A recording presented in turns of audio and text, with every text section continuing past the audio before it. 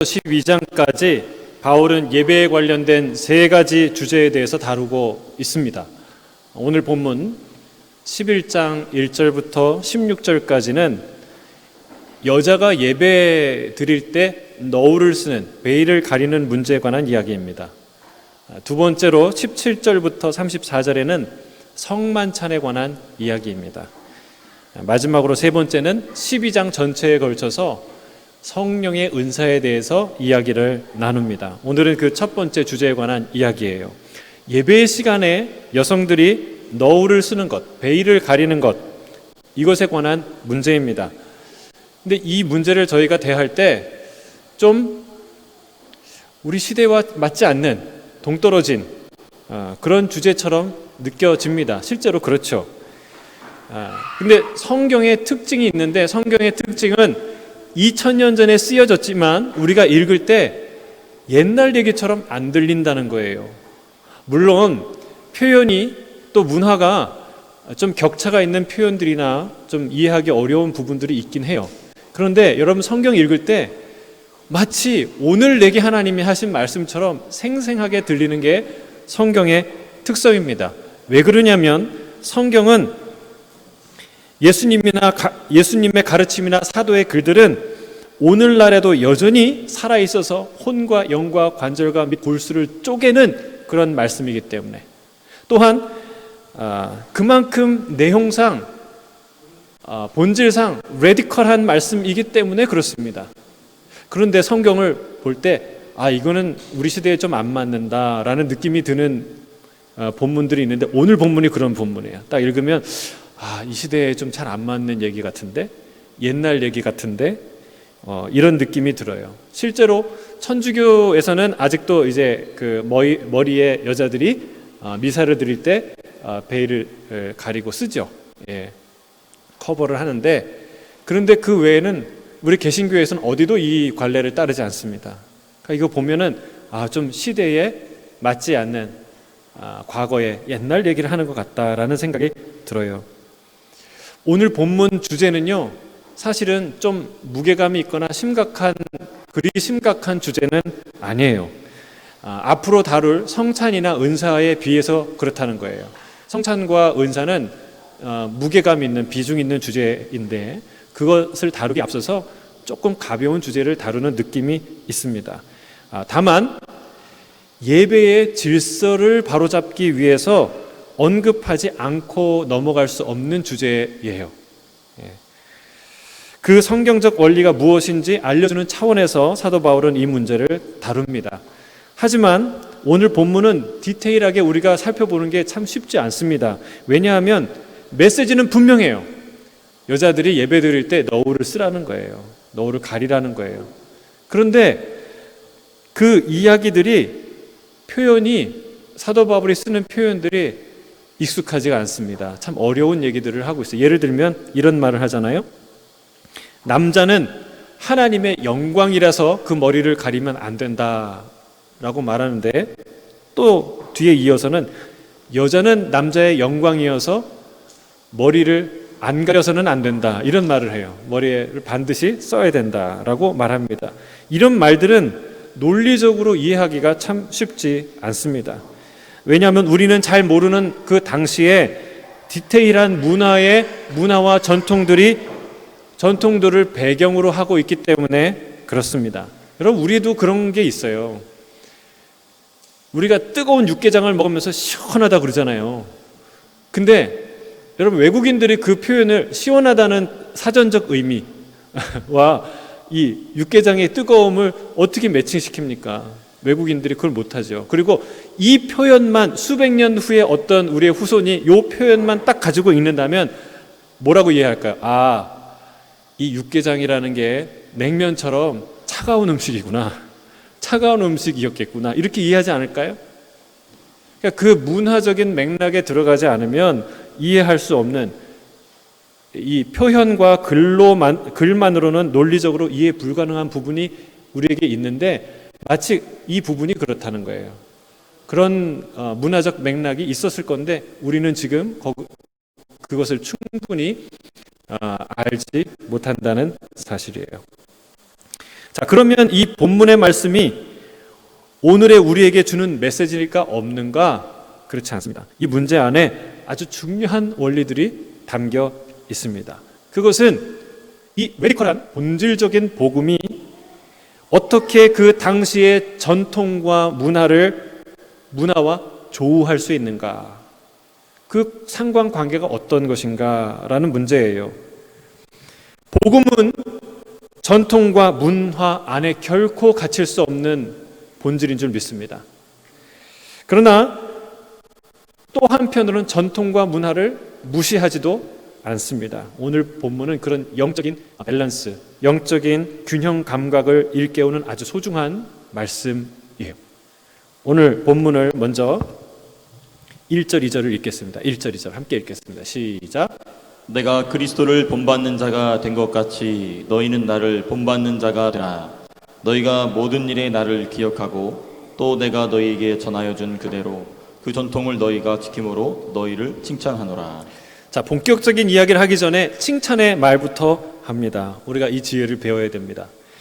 우리가 전한 복음을 그리고 전통을 네가 기억하고 잘 지켜서 나는 고맙고 그 사실을 내가 알고 있고 그 일로 인해서 칭찬한다. 자랑스럽게 여긴다. 이런 말을 합니다. 여러분, 이런 표현이요, 본문의 맥락에 쓸데없는 표현 같지만 굉장히 중요한 표현이에요. 우리가 10장 14절에 뭐라고 얘기했어요? 너희가 우상의 숭배를 피하라고 말하는데 거기 아주 중요한 얘기를 하죠. 내 사랑하는 자들아 라는 말을 해요. 여러분, 이 말이 들려야, 이 말을 이해해야, 그 말에 공감해야 하나님의 말씀이 비로소 들린다는 거예요. 이 구절도 같은 맥락에서 볼 수 있습니다. 이 고린도전서는 고린도전서 후서 다 고린도 교회가 직면한 여러 문제에 관한 이야기를 하는 글이에요. 그래서 다소 딱딱하죠. 개인적인 안부나 위로의 말, 그런 게 많지 않습니다. 하지만 이렇게 사도 바울은 곳곳에 고린도 교회 성도를 위하여 내가 어떤 마음으로 이 편지를 쓰는지, 이 글을 쓰는지, 너희를 어떻게 대하는지에 대한 이야기를 곳곳에 쓰고 알려주고 있다는 사실입니다. 여러분, 어떤 문제만 계속 다루면 그 대화가 딱딱해지고 관계가 위축될 수 있습니다.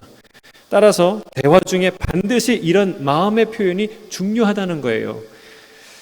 어떤 분의 강연을 제가 들었는데 거기서 이런 얘기를 하더라고요. 두 사람이 대화할 때요, 왜 자꾸 다투냐? 두 사람이 서로 대화할 때 내가 듣는 입장에서 그 사람의 얘기를 다 들으면 여러분, 그 얘기를 다 공감이 안 되고 다 그 반대 의견을 갖는 경우가 많지 않아요. 대부분 50% 내지 90%는 공감해요. 그런데 10%, 20%가 내 생각과 다른 거예요. 근데 그럴 때 우리가 어떻게 말하냐면, 다 듣고 나서 나는 어떻게 반응하냐면, 그런데 말이야, 내 생각에는 이런 말부터 한다는 거예요. 바로 대화를 그렇게 시작해서 대화가 경색된다는 것이죠. 내가 네 얘기에 90% 동의해. 정말 대부분의 얘기가 너무 맞는 얘기야. 그래, 나도 공감해. 그런데 내 생각에는 그런 부분은 조금 이런 부분도 있는 것 같아. 그러니까 다소 다르거나 어떤 부분에 한해서 완전히 다르다는 것을 이렇게 표현을 해야 되는데, 그냥 우리가 그 얘기를 쭉 듣고 나서 그런데 말이야, 내 생각에는 이렇게 얘기를 시작하기 때문에 그 대화가 대립적인 대화, 경색되는 대화가 된다는 말이에요. 참 많이 공감했어요.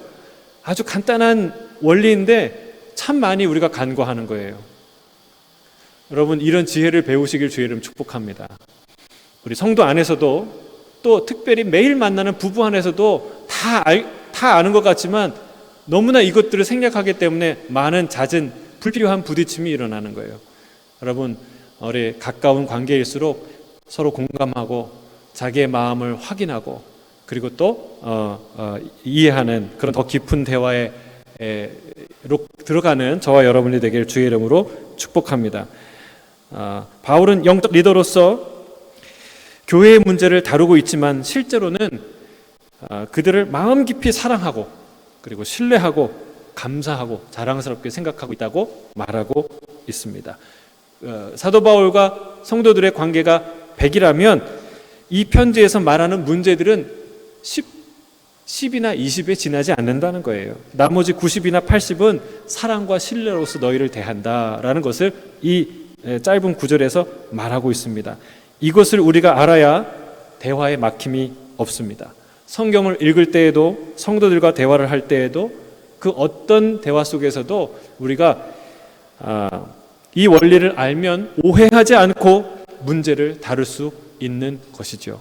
사랑하는 성도 여러분, 우리가 서로 사랑하고 또 신뢰하고 서로 자랑스럽게 여긴다는 것들 여러분 표현하시길 바라고, 이해하시길 바라고, 그리고 서로 받아들이시길 바랍니다. 그 맥락 안에서 우리가 말을 나눈다는 것을 항상 우리가 기억해야 합니다.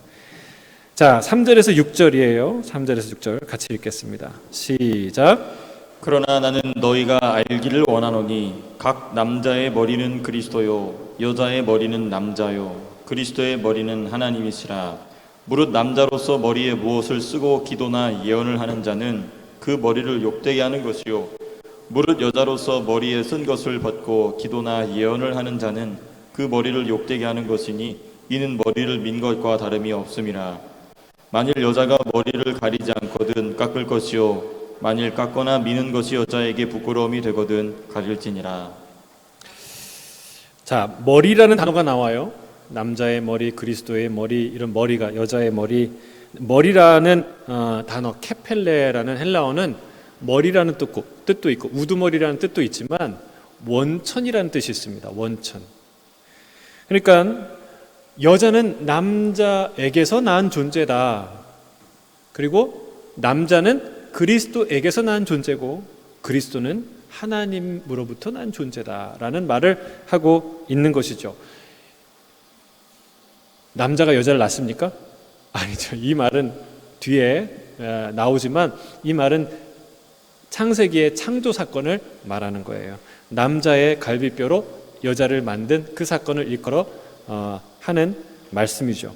자, 우리가 이 본문에서 특별히 해서 봐야 될 구절이 있는데 그것은 5절입니다. 5절. 자, 거기에는 여자가 머리에 무엇을 벗고 기도나 예언을 하는 자는 그 머리를 욕되게 하는 것이라고 말합니다. 자, 여기서 기도나 예언을 하는 자가 여자입니까? 남자입니까? 여자라고 말하고 있죠. 자, 이게 중요해요. 이게 왜 중요한가? 매우 중요합니다. 당시 유대교에서는요, 여자와 한 자리에서 남자들이 예배드리지 못했어요. 굳이 함께 예배드린다면 커튼을 치거나 다른 장소를 별도로 마련해야 됐습니다. 더군다나 남자 회중 앞에서 여자가 나와서 기도를 인도한다, 그리고 예언을 한다. 이 예언이라는 건 그냥 막 성령 충만해서 예언한다는 거, 그런 것도 포함하지만 사실은 이 구약에 있는 예언서, 하나님의 말씀을 성령의 영감을 받아서 말씀을 증거하는 오늘날의 설교와 같은 그런 것을 뜻하는 말이에요. 근데 여자가 남자들 회중 앞에서 설교를 한다? 아마도 보수적인 그런 문화, 교회 문화를 가진 데에서 자라나신 분들은 이런 분위기를 좀 이해하실 거예요. 우리가 어렸을 때만 해도요, 남자 여자의 자리가 홍해가 갈라지듯이 복도를 딱 기준해서 좌우가 있었어요. 그렇지 않습니까? 예, 저도 그걸 경험했는데, 그렇죠? 그렇게 교회 안에서도 남녀가 유별했는데 그럼에도 불구하고 세상에는 남녀공학도 많지 않았어요. 그래서 교회에 가는 아이들을 통해를 뭐라고 얘기했냐면, 교회는 예배당이 아니라 연애당이다라고 말할 정도로 그렇게 비웃었어요. 그러니까 그렇게 남녀가 유별하던 시대에 남녀가 함께 모여서 예배하는 것만으로도 어떤 그런 사회적 긴장감을 주는 그런 문화를 우리가 경험하지 않았습니까? 근데 이 본문의 배경은요, 2000년 전이에요. 2000년 전 고린도 교회, 고린도 사회였어요. 남녀가 유별한 시대에 남자와 여자들이 함께 모여서 예배합니다. 그리고 여자들이 남자 회중들 앞에서 기도를 인도하고 예언을 하는 공동체입니다. 또 어떤 사람은 그 너울을 버리고 또 그런 일을 합니다. 여러분, 바로 당시의 고린도 교회가 그런 교회였다, 그런 공동체였다는 사실이에요. 이 베일을 쓰는, 머리를 가리는 문제에 대한 사도 바울의 방침을 유심히 보세요. 메시지는 그거예요. 결론은 여자들은 예배 중에 베일을 쓰고 기도하고 예언하라고 말하고 있어요. 근데 사람들은 이것을 두고 바울이 여자를 불평등하게 대했다라고 오해합니다. 그러나 자세히 보셔야 돼요. 자세히 보시면 이런 여러 가지 일들이 있기 때문에 교회에서 여자들은 잠잠하고 기도하지 말고 예언하지 말지어다라고 결론 내리지 않는다는 거예요. 여러분, 이게 중요합니다. 여자들은 함부로 입 열지 말고, 남자들 앞에서 감히 설교하지 말고, 기도하지 말고 잠잠히 있어라. 이게 사도 바울의 결론이 아니라는 거예요. 여러분, 요즘에도 여성의 설교권을 터부시하는 교단이 있습니다. 있어요, 없어요? 있어요. 여자 목사 한 수 이것 때문에 안 줍니다. 아직까지. 그런 교단이 있습니다. 그런데 2000년 전이 무려 2000년 전에 이미 여자들이 회중 앞에서, 남자 회중 앞에서 기도하고 설교를 하고 그런 간증을 하는 이런 교회가 있었다는 것을 성경이 우리에게 보여주고 있다는 사실입니다. 어떻게 이런 일들이 가능할까요? 복음 때문에 그렇습니다. 이 레디컬한 복음은 문화를 바꿔가요. 문화 안에 갇혀 있지 않아요. 새로운 문화를 창출해요. 여러분, 갈라디아서 3장 28절이에요. 갈라디아서 3장 28절에 사도 바울은 이렇게 선언합니다. 우리 같이 함께 읽겠습니다. 시작. 너희는 유대인이나 헬라인이나 종이나 자유인이나 남자나 여자나 다 그리스도 예수 안에서 하나이니라. 아멘. 여러분, 놀라운 복음의 선포입니다. 여러분, 이런 선포를요, 오늘날에도 하기가 쉽지 않아요. 오늘날에도 안 통하는 사회가 엄청 많습니다. 유대인이나 헬라인이 같습니다. 여러분, 인종의 벽을 넘는 거예요. 종이나 자유인이나 하나라고 말합니다. 신분의 벽을 넘는 거예요. 남자나 여자가 하나라고 합니다. 성별의 벽을 넘는 거예요. 여러분, 이것은 너무나 레디컬해서 지금도 이것이 도전이 되는, 이 시대에도 도전이 되는 말씀이에요. 성별의 벽, 신분의 벽, 인종의 벽, 어느 하나 결코 우리가 완전히 넘어서기 어려운 주제들이죠. 그런 개념들이죠. 그러나 이 세 가지 모두를 뛰어넘는 공동체가 있었는데 그게 바로 2000년 전에 고린도에 있는 초대교회였다는 사실이에요. 얼마나 아름다운, 얼마나 놀라운 공동체입니까? 특히 여성이 종과 같이 그렇게 노예처럼 차별을 받는 시대에 함께 예배할 뿐만 아니라 기도와 예언을 할 수 있었다는 것은 충격적인 사건입니다. 여러분 아세요? 미국이 여성 참정권이 주어진 해가 얼마나 되는 줄 아세요? 1920년이에요. 불과 100년입니다. 불과 100년이에요. 그러니까 지금처럼 여성들이 이렇게 자유를 누리는 이 세상은요, 그리 오래되지 않았어요. 여성들은 감사해야 됩니다. 남성들도 감사해야 됩니다. 이런 여성이 살아나면서 우리 사회는 더 밝아지고 더 유익해지고 더 환해졌어요. 생명으로 충만해졌어요. 이런 문화들이 어디로부터 왔냐는 거예요. 그 당시에 소아시아 비두니아 지역을 총괄했던 총독 플리니우스라는 총독이 트라이안 황제에게 쓴 편지가 있는데 지금도 그 서간집이 내려오는데 그 서간집에 보면 기독교인에 대한 언급이 된 부분들이 있어요. 거기에 어떤 표현이 있냐면 그가 기독교회에서 알아보기 위해 여러 가지 일을 해요. 사람들을 데려와서 신문도 하고 위협도 하고 또 죽이기도 하고 여러 가지 일들을 하는데 어떤 표현이 있냐면 내가 기독교에 대해서 더 자세히 알아보기 위해서 일명 집사라고 말하는 여자 노예 2명을 신문하고 있습니다라는 표현이 있어요. 여러분 보세요. 그 당시에 교회에 이 집사는 오늘날의 그런 집사가 아니에요. 그렇죠?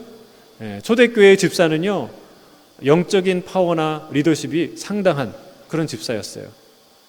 그 교회를 대표한 두 사람을 잡아서 신문을 하는데 그 사람이 누구였어요? 노예였어요. 그 사람이 누구였어요? 여자였어요. 이런 표현이 당시에 나온다는 거예요. 당시의 전통으로서는 받아들이기 힘든 놀라운 일들이 교회 안에서 일어났다는 사실입니다. 인종과 신분과 성별의 차이를 넘어서 주 안에서 우리가 하나 되었다는 것이 개념이 아니라 실제였어요. 그리고 그것을 깨달은 사람들 중에 성령 충만한 여인들이 기도를 인도하면서 그리고 말씀을 나누면서 그 은사를 받은 자들이 아예 남자들과 똑같이 그 너울을 벗어 던진 거예요. 그리고 그들 앞에서 말씀을 나눈 것이죠. 바울은 여성의 기도와 예언 자체를 금하지 않았습니다. 오히려 그것을 교회 안에서 더 질서 있게 사용할 수 있도록 제대로 명분을 주며 그리고 제대로 사용할 수 있도록 길을 만들어주는 중이에요. 여러분, 이것이 중요합니다. 사람은 누구나 문화 안에서 삽니다. 문화의 영향을 받지 않을 수가 없습니다. 교회도 마찬가지예요. 왜냐하면 교회는 별나라에서 사는 사람들이 아니기 때문에. 그러나 복음에는 분명히 문화를 뛰어넘는, 문화를 변화시키는 그런 능력이 있는 줄로 믿습니다. 식인 문화가 있는 식인종 마을에 복음이 들어가면 어떤 일이 일어날까요? 식인 문화가 사라집니다. 아멘이십니까?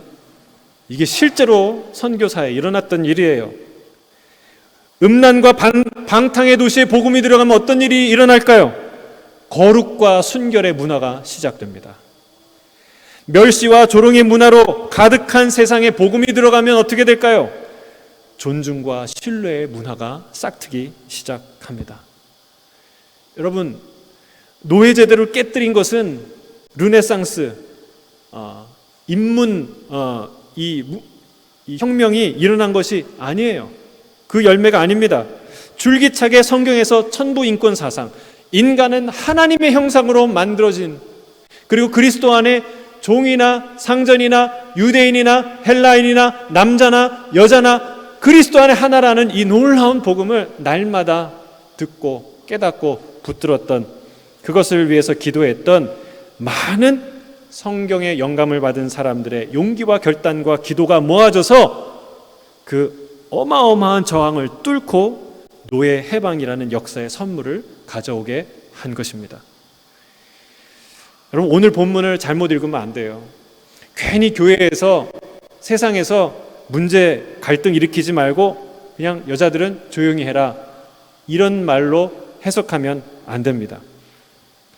세상과의 갈등을 최소화하면서도 세상을 여전히 능동적으로 바꾸는 그런 성령 충만하고 겸손한 지혜를 가지라고 말하고 있는 것입니다. 복음은 세상과 문화를 바꾸는, 뛰어넘는 하나님의 놀라운 능력인 줄로 믿습니다. 만약 복음에 그런 능력이 없다면, 그런 변화시키는 능력이 없다면 그것은 복음이 아니거나 복음의 능력을 상실한 껍데기에 불과한 이론에 지나지 않습니다. 빛이 어둠을 밝히듯이 복음은 세상의 문화를 바꾸는 놀라운 힘과 능력이 있습니다. 여러분, 이 복음이 우리를 바꿔야 해요. 내 삶을 바꿔야 돼요. 내 삶의 태도를 바꿔야 돼요. 내 가정의 문화를 바꿔야 돼요. 우리가 일하고 있는 이 기업의 문화를 바꿔야 해요. 우리가 숨쉬고 있는 이 살아있는 사회를 바꾸는 그런 역할은 복음이 가진 능력이라는 사실입니다. 여러분, 이 복음으로 세상을 바꾸는, 어둠을 비추는 그런 놀라운 변혁자로 살아가시길 주의 이름으로 축복합니다. 우리 본문 7절에서 11절 계속해서 읽겠습니다. 시작. 남자는 하나님의 형상과 영광이니 그 머리를 마땅히 가리지 않거니와 여자는 남자의 영광이니라. 남자가 여자에게서 난 것이 아니요 여자가 남자에게서 났으며 또 남자가 여자를 위하여 지음을 받지 아니하고 여자가 남자를 위하여 지음을 받은 것이니 그러므로 여자는 천사들로 말미암아 권세 아래 있는 표를 그 머리 위에 둘지니라. 조금 이해하기 어려운 표현들이에요, 그렇죠? 천사로 인해서 권세 아래 있는 별을 그려 머리에 둘지니라. 이런 건 참 신학자들도 정통성 있는 하나의 해석이 없어요. 다 각자가 달라요. 쉽지 않은 본문이에요. 자, 그러나 우리가 좀 더 중요한 이야기의 본질에 우리가 들어가길 원합니다. 이 레디컬한 복음으로 인해서 교회는 많은 오해를 샀습니다. 대표적으로 큰 두 가지 오해를 샀는데, 첫째는 어떤 이들은 예수 그리스도의 살과 피를 먹는다고 해서 식인 문화를 가진 아주 형편없는 그런 저급한 모임이라고 여겼습니다. 어떤 이들은 성도들이 서로 형제와 자매라고 부르는 것을 보면서 여기는 촌수가 제대로 맞지 않는구나, 이건 근친상간을 하는 아무나 형제 자매라고 부르는 그런 뼈대 없는 그런 윤리적으로 문란한 모임, 부도덕한 자들의 모임이구나 라고 매도했습니다. 여러분, 남녀가 유별한 시대에 새벽부터 이들이 동트기 전에 모였다고 그랬어요. 남녀가 모여 함께 노래하고 그리고 먹고 마시고 나누고 무엇인가를 함께 다짐하는 이 모습을 보면서 너무나도 이상하게 여긴 것입니다. 게다가 여자들이 남자들이 있는 앞에서 나와서 기도도 하고 말씀도 인도했습니다. 어떤 성령 충만한 여인들은 아예 남자들처럼 너울을 벗어던지고 과감하게 말씀을 전했습니다. 성경적으로 맞는 말인가요? 틀린 말인가요? 할 수 있죠. 맞죠. 우리가 다 너울 안 쓰고 하시잖아요. 그렇죠? 베일 안 쓰고 예배드리잖아요. 성경적으로 맞고 할 수 있는 일이죠. 그럴 수 있습니다. 그러나 중요한 것은 당시의 시대적 상황과 배경을 이해해야 한다는 사실이에요. 당시는 거리의 여인들을 제외하고 음란한 여인들을 제외하고 모든 정숙한 여인들이 다 머리에 너울을 하고 다니는 시대였어요. 그런 시절이었어요. 너울을 벗은 모습을 보는 사람은 딱 자기의 남편 한 사람 그리고 가족들 뿐이었어요. 그 외에 머리에 너울을 벗고 다니는 사람들은 그렇고 그런 여인들로 사람들이 다 생각하던 그런 시대였습니다. 그래서 머리를 차라리 밀어라, 민 것과 같이 부끄러운 거 아니냐, 이런 말을 하고 있는 것이죠. 따라서 그 모습을 본, 너울을 벗어버리고 기도하거나 예언하는 그런 모습을 본 교회 내 여인들과 많은 여인들과 남자들이 마음이 편치 않았던 것입니다. 그들의 전통적인 견지에서 보면 너무나 충격적인 일이었기 때문에 그렇습니다. 그렇습니다. 복음은 전통을 변화시켜야 됩니다. 그건 확실합니다. 전통이 복음을 변화시켜서는 안 됩니다. 식인 문화에 복음이 들어가면 복음이 그 식인 문화를 바꾸든지 끊어내든지 해야죠. 우리의 전통 문화가 식인 문화니까 이거를 신학적으로 복음적으로 해석해 주세요. 우리가 식인 사람을 먹는 게 아니라 주의 살과 피를 먹는 겁니다. 뭐 이런 식으로 해석을 하면 그것만큼 신성모독이 어디 있겠습니까? 하지만 복음이 전통을 무차별적으로 외면하거나 파괴하지 않는다는 사실을 우리는 본문을 통해서 알 수 있습니다. 여러분, 상전과 노예에 관한 이야기도 마찬가지예요. 그리스도 안에서 하나라는 완전히 레디컬하고 급진적인 선언을 하지만, 그러나 공산주의 혁명 하듯이 그렇게 파괴적인 혁명을 암시하거나 주장하지 않습니다. 실제로 노예들이 교회에 있었습니다. 그들이 교회의 직분을 받아 활동했습니다. 하지만 그들이 혁명을 일으키지 않았습니다. 정의는 그렇게 실현되지 않는다는 거예요. 그리스도 안에서 상전은 노예를 어떻게 대합니까? 형제와 자매로 대합니다. 그리스도의 형제와 자매로 대합니다. 그리스도 안에서 노예들은 상전을 어떻게 대합니까? 그리스도를 섬기듯이 대합니다. 그게 교회 안에서 일어났던 노예와 상전의 아름다운 모습이었어요. 이것이 그 사회에 준 충격은 말할 수 없이 컸습니다. 여러분, 바로 이런 방식이 기독교의 가르침이 겉으로는 매우 레디컬하면서도 어떤 민족, 어떤 문화 속에서도 급진적인 파괴를 일으키지 않는 이유가 되는 것이죠. 특별히 이 남녀 관계, 여러분 시간과 장소와 문화를 초월해서 다 가장 중요한 전통 중에 하나가 남녀 관계에 대한 전통이죠. 바울은요, 남녀의 올바른 관계에 대해 언급하면서 여자들이 남자의 권위 아래 있어야 한다고 말합니다. 이것이 남녀 차별인가요? 그렇지 않습니다. 어떻게 알 수 있습니까? 우리 본문 11절 12절에 이렇게 말해요. 같이 읽겠습니다. 11절 12절 시작. 그러나 주 안에는 남자 없이 여자만 있지 않고 여자 없이 남자만 있지 아니하니라. 이는 여자가 남자에게서 난 것 같이 남자도 여자로 말미암아 났음이라. 그리고 모든 것은 하나님에게서 났느니라. 아멘. 성경은요, 권위주의로 무장한 가부장적 전통을 옹호하지 않습니다. 그것을 터부시합니다. 그것을 배격합니다. 그 전통을 남녀에 관한 그 전통을 끌어안지만 그대로 두지 않습니다. 남녀의 올바른 관계를 더 한층 깊고 높은 차원으로 이끌어 올립니다. 바울은 여자가 남자에게서 만들어졌으나 아담 이후 모든 남자 역시 여자에게서 나오는 것임을 말하고 있어요. 그리고 이 둘은 또한 모두 하나님에게서 나오고 있다고 말하고 있습니다. 앞에서도요, 바울은 여자가 남자에게서 만들어졌다고 말하지 그렇게만 말하고 있지 않습니다. 남자는 그리스도에게서 만들어서 나왔고 그리스도의 머리는 하나님이라고 말합니다. 어디까지 올라가는 거예요? 삼위일체까지 올라가는 거예요. 그리스도와 하나님과의 관계까지 올라가는 거예요. 여러분, 그리스도와 하나님과의 관계가 상종과 종의 관계입니까? 종속의 관계입니까? 그렇지 않습니다. 사랑의 관계예요. 사랑의 관계예요. 삼위일체라는 말처럼 사랑을 완전하게 표현하는 말은 세상에 없습니다. 여러분, 사랑은 어떤 행복한 감정 자체가 아니죠. 서로 다른 두 존재가 완전하게 하나 되는 신비한 능력, 그 무엇이 사랑입니다.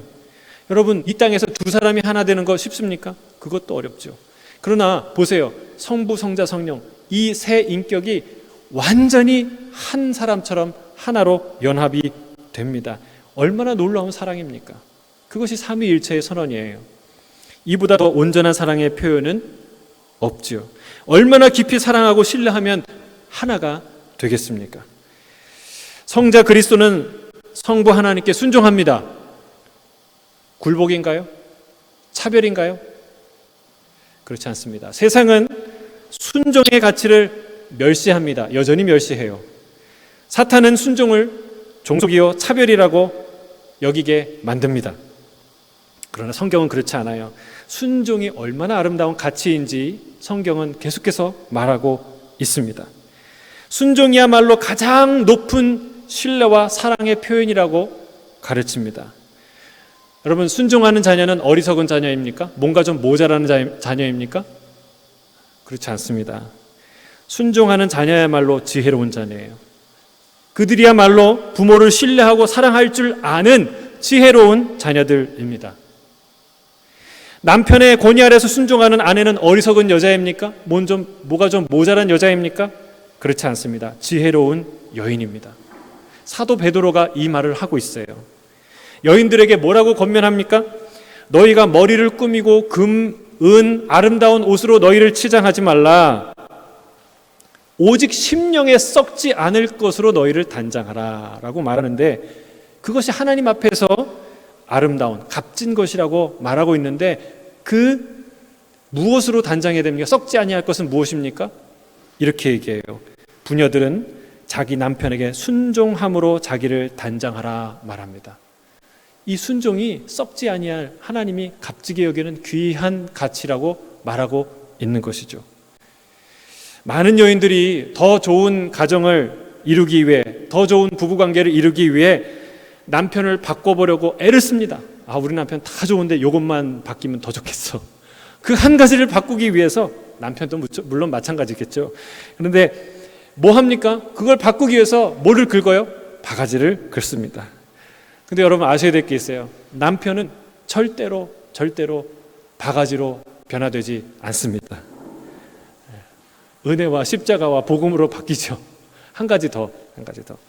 남편을 바꾸는 가장 지혜로운 방법은 남편의 권위 아래 순종하는 거예요.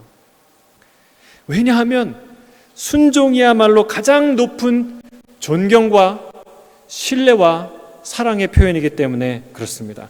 그런 존경과 신뢰와 사랑을 받은 남편은 단지 굴림만 할 뿐일까요? 그렇지 않습니다.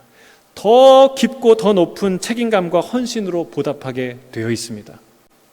그게 남자와 여자의 관계라는 거예요. 자녀들도 부모님께 순종하길 바랍니다. 순종해 보세요. 반항하고 내가 하고 싶은 얘기 다 하고 막 겉으로 가면 반대 방향으로 가면 멋있어 보이죠? 그렇지 않습니다. 반항하고 반대하는 것보다 순종할 때 훨씬 더 많은 것을 받아낼 수도 있고 누릴 수 있다는 것. 순종할 때요, 5불 받을 것을 10불 받아요. 50불 받을 것을 100불 받아요. 여러분, 그게 순종의 지혜고 능력이라는 사실입니다. 사도 바울은 주의 명령이라는 말까지는 쓰지 않습니다. 그러나 아주 단호하게 논쟁의 여지 없이 여인들에게 예배 때에는 너울을 쓰라고 권면하면서 이 주제를 마무리합니다. 우리 본문 13절에서 16절 읽도록 하겠습니다. 함께 읽겠습니다. 시작. 너희는 스스로 판단하라. 여자가 머리를 가리지 않고 하나님께 기도하는 것이 마땅하냐? 만일 남자에게 긴 머리가 있으면 자기에게 부끄러움이 되는 것을 본성이 너희에게 가르치지 아니하느냐? 만일 여자가 긴 머리가 있으면 자기에게 영광이 되나니 긴 머리는 가리는 것을 대신하여 주셨기 때문이니라. 논쟁하려는 생각을 가진 자가 있을지라도 우리에게나 하나님의 모든 교회에는 이런 관례가 없느니라. 아멘. 문화와 전통을 존중할 필요가 있습니다. 캄보디아 가면 사원에 들어갈 때 긴 바지를 입고 들어갑니다. 캄보디아에는 어린아이가 너무 아무리 귀여워도 머리를 쓰다듬지 않습니다. 그게 그들의 전통과 문화예요. 여러분, 그리스도 안에서 누리는 자유가 놀랍도록 큽니다. 놀랍도록 커요. 우상의 재물 그까짓 것 먹을 수도 있어요. 예. 여자가 쓴 이 너울 벗어 던질 수도 있어요. 그러나 그 자유를 가지고 무엇이든 아무렇게나 할 수 있다는 뜻 아닙니다. 이것은 고린도전서에서 바울이 계속해서 말하고 있는 가르침입니다. 식인 종교라는 오해 때문에 우리가 성찬을 포기할 수 없습니다. 근친상간이라는 오해 때문에 형제와 자매라고 부르는 그 가치를 포기할 수 없습니다.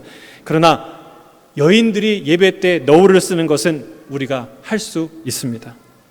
그것을 벗음으로 불러일으킬 수 있는 수많은 오해와 갈등을 잠재울 수 있기 때문에 그렇습니다. 우리는 먹든지 마시든지 다 하나님의 영광을 위하여 하는 자들인 줄로 믿습니다. 저희 사랑하는 큰딸이 저희 아내 대신에 성경을 암송을 인도했어요. 너무 잘하죠? 예. 네, 감사합니다. 근데 제가 첫 주 물론 순종하는 마음으로 한 것이 너무 감사해요. 다른 것 다 떠나서. 근데 첫 주에 암송을 시켰는데 그냥 보통 교회 학교에 학생들 만나는 것처럼 짧은 바지를 입고 온 거예요. 반바지를. 그래도 자기가 얘기를 들어보니까 반바지 중에 가장 긴 바지를 입고 왔대요. 그래서 제가 잘했다. 그런데 그렇게 하면 안 된다. 이제 야단을 친 거죠. 그런 교회 무대 앞에 설 때는 절대 그렇게 하면 안 돼. 근데 그 다음 주에는 정장을 입고 왔더라고요. 그러니까 교회 앞에 설 때는, 회중들 앞에 설 때는 그런 전통과 예의를 지키는 것이 중요해. 이런 얘기를 이제 가르친 거죠. 우리 아이는 한번 실수면 실수라고 할 수 있지만 그때 배운 거죠. 이제 사랑하는 성도 여러분, 우리가 할 수 있어요. 다 무엇이든지 입을 수 있고 무엇이든지 벗을 수 있고 여러분 미니스커트를 입을 수도 있고 다 그럴 수 있어요. 그러나 여러분, 우리가 주를 위해서, 주의 영광을 위해서 때로는 절제하고 때로는 가리고 때로는 어떤 수고를 더 하고 할 수 있는 것이, 그것이 성도고 교회고 복음의 능력이라는 사실입니다. 말씀을 맺습니다. 복음이 전통을 만날 때 놀라운 역동을 일으킵니다. 전통은 복음 안에서 새롭게 될 줄로 믿습니다. 전통에 숨겨져 있는 어둠은 떠나고 빛이 임하게 될 줄로 믿습니다. 그리스도인은 초대교회 성도들처럼 인종과 성별과 차별의 계급을 뛰어넘어 사회를 변화시키는 변화의 주인공이 될 줄로 믿습니다. 그러나 동시에 전통을 일방적으로 파괴하지 않습니다. 전통을 존중하며 끌어안습니다. 무엇을 위해서입니까? 하나님의 영광을 위해서. 그러한 세상의 문화와 전통을 지혜롭게 그러나 꾸준히 놀랍게 변화시키는 변혁자로 사는 저와 여러분이 되기를 주의 이름으로 축복합니다. 함께 기도하겠습니다.